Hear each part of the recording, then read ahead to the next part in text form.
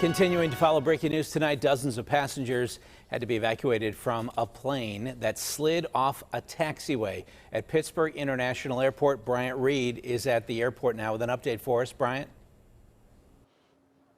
Yeah, Ken, of course, we've been following this all night, talking to a couple of passengers who some say that it wasn't as terrifying, but it was definitely a shocking scene. But here's what we do know. 77 people, or 77 passengers rather, were on that plane headed to Atlanta. It was Delta Flight 2231.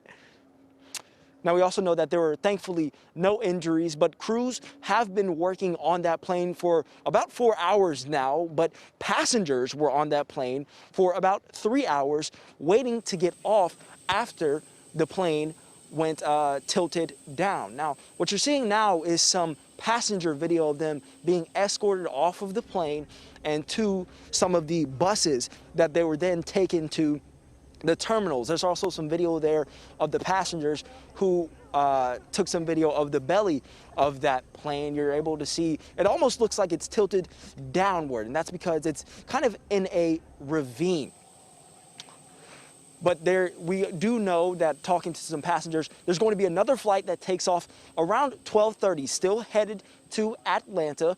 Outside of that, other passengers are electing to take a later flight sometime tomorrow. But we do know that thankfully, as I mentioned before, everybody is safe and crews will continue to work on the plane to make sure it gets back to safety and to make sure that to figure out if there was anything wrong and to get it back on that runway. Reporting at Pittsburgh International Airport, I'm Bryant Reed, KDKA News.